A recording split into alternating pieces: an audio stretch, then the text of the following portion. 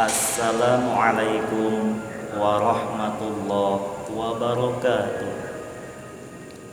Para pemirsa yang dirahmati Allah, alhamdulillah wa syukrulillah, Allah masih terus memberikan nikmat sehat kepada kami, tim pencari tahu sejarah Jamaah Tapak Sancang, sehingga kami masih bisa melanjutkan membuat konten yang kedua dalam sejarah yang ada di atas puncak Gunung Sanggabuana. Namun sebelumnya kami tim Jamaah Tapak Sancang terlebih dahulu mengucapkan terima kasih yang tak terhingga kepada kalian semua yang telah memberikan doa serta dukungannya kepada konten-konten kami.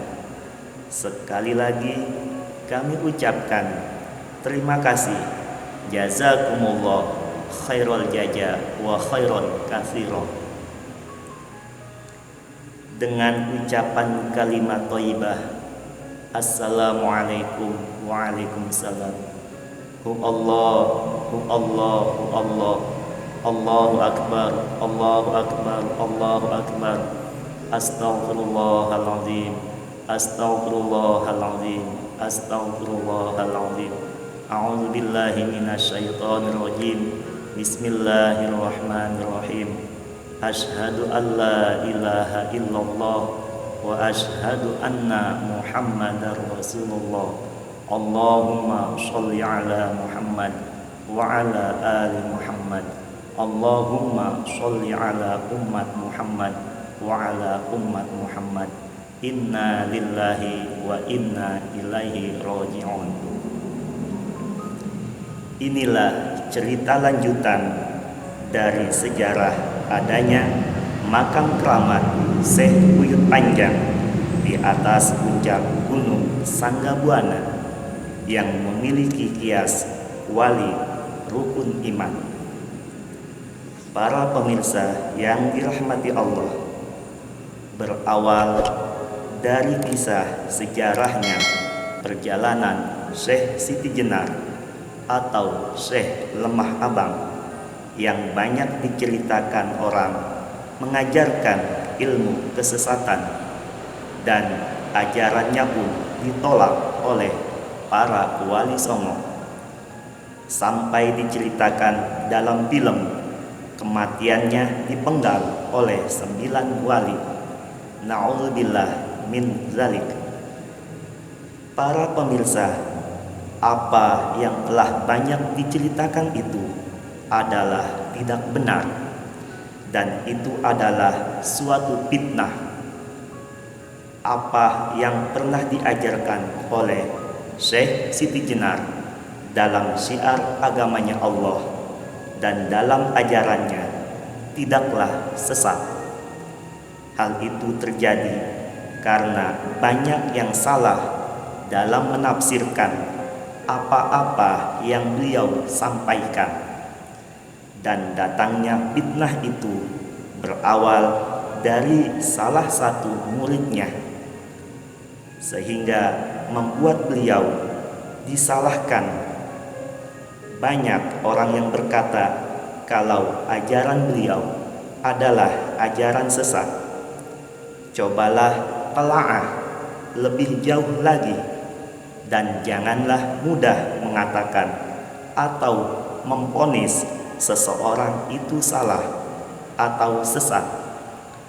Padahal yang pantas dan berhak mengatakan itu hanyalah Allah Subhanahu wa ta'ala saja. Cobalah raba dada kita, apakah masih ada dosa atau tidak di hati kita? Para pemirsa yang dirahmati Allah, perlu diketahui kalau kematian atau wafatnya Syekh Siti Jenar itu sedang berada di dalam Masjid Agung Demak, yang pada saat itu dalam suasana sidang membahas tentang tauhid. bersama-sama para wali songo yang lain. Wafatnya beliau atas hasil doanya sendiri yang meminta kepada Allah untuk diwafatkan, dan Allah mengabulkan doanya. Maka wafatlah Syekh Siti Jenar, dan jasadnya mengeluarkan cahaya yang menerangi seantero dalam Masjid Agung Demak, serta jasadnya pun harum tercium sampai keluar masjid. Kejadian itu membuat para wali songo terketuk hatinya, yang tidak secara langsung semua berkata, "Maafkan kebodohan dan kekurangan pengetahuan kami atas luasnya ilmu Allah." Dan bukan itu saja, jasad Syekh Siti Jenar pun tiba-tiba terangkat. Maka segera mungkin para wali songo menutup pintu serta jendela-jendela masjid.